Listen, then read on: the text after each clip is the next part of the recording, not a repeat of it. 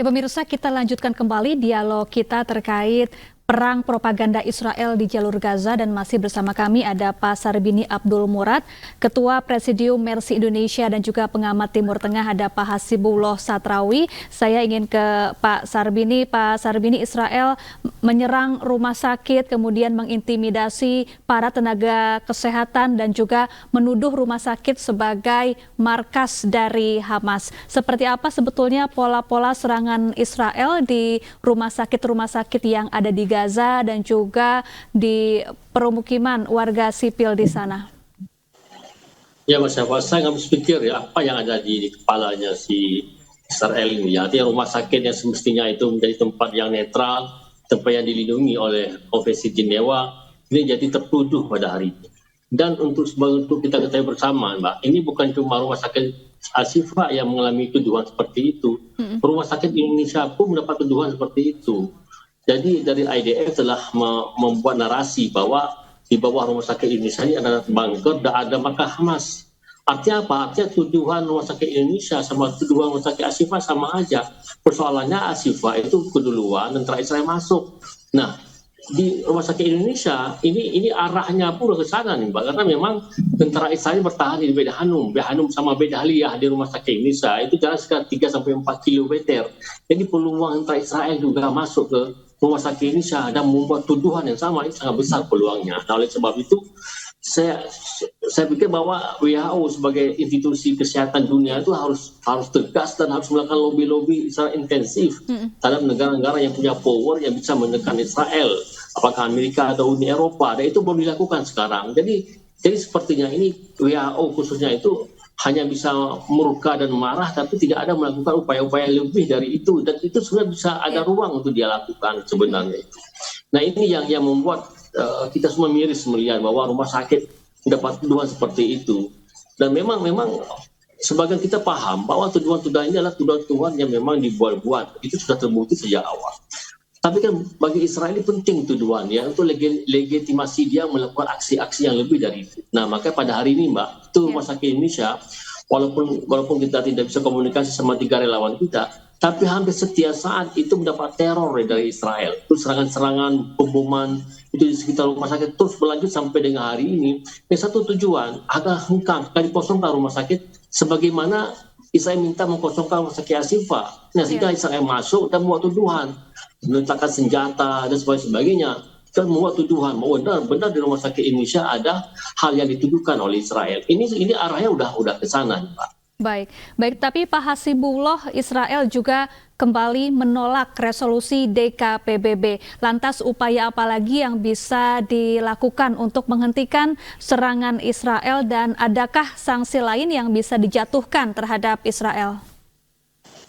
Iya, saya melihat masyarakat dunia semakin ke sini semakin mengetahui ya tentang kebrutalan yang dilakukan oleh Israel, dan tentu hal-hal itu menyakiti dan melanggar nilai-nilai universal yang menjadi pedoman kita semua.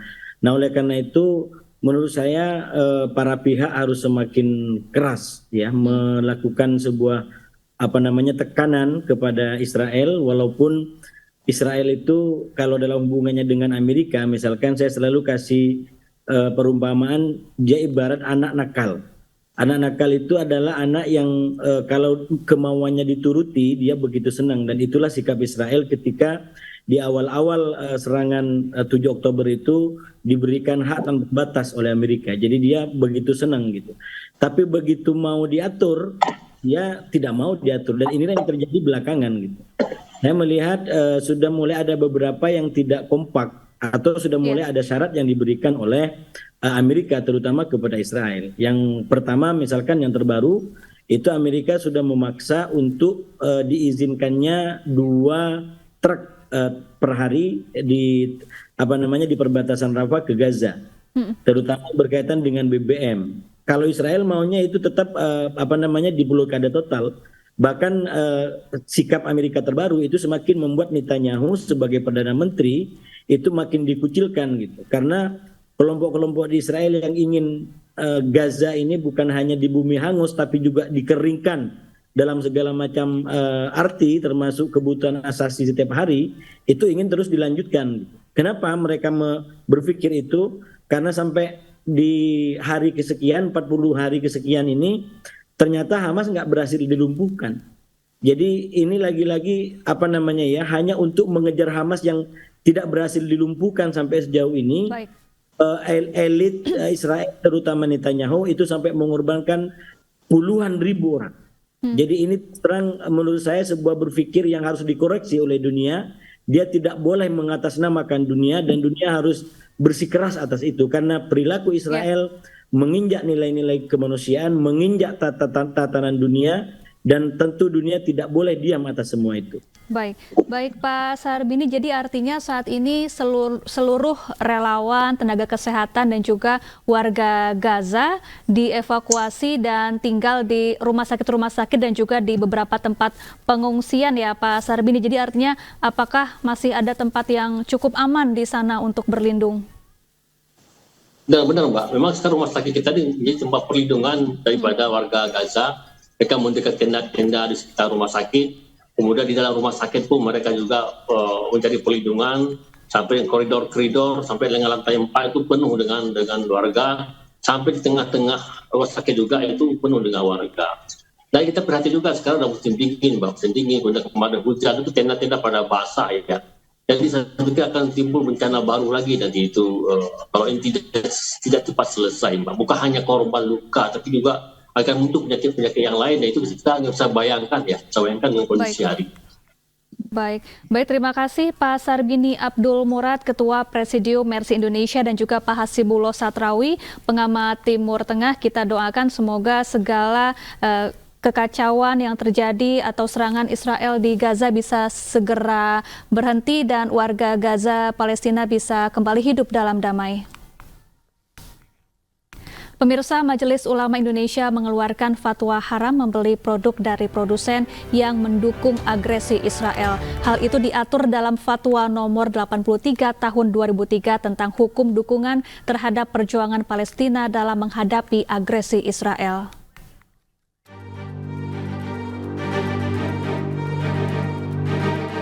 Majelis Ulama Indonesia mengeluarkan fatwa haram untuk membeli produk-produk yang mendukung agresi Israel. Hal ini dilakukan sebagai bentuk komitmen MUI dalam mendukung kemerdekaan Palestina. Selain menegaskan haramnya pembelian produk pendukung Israel dalam Fatwa nomor 83 tahun 2003 ini, juga merekomendasikan agar pemerintah mengambil langkah tegas untuk membantu perjuangan Palestina.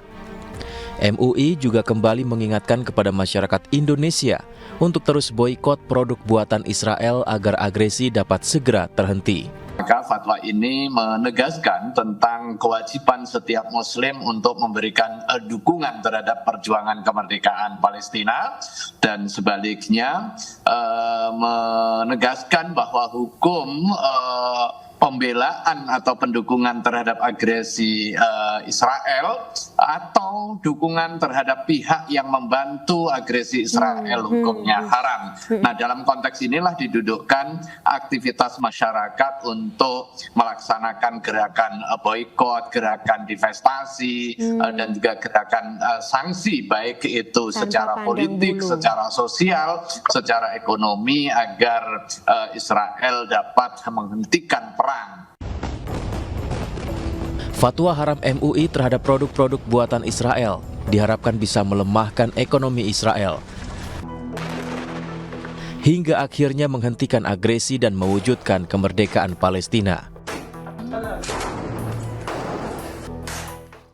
Kementerian Agama mengusulkan biaya haji sebesar 105 juta rupiah pada tahun 2024. Informasinya usai jeda, tetaplah bersama kami.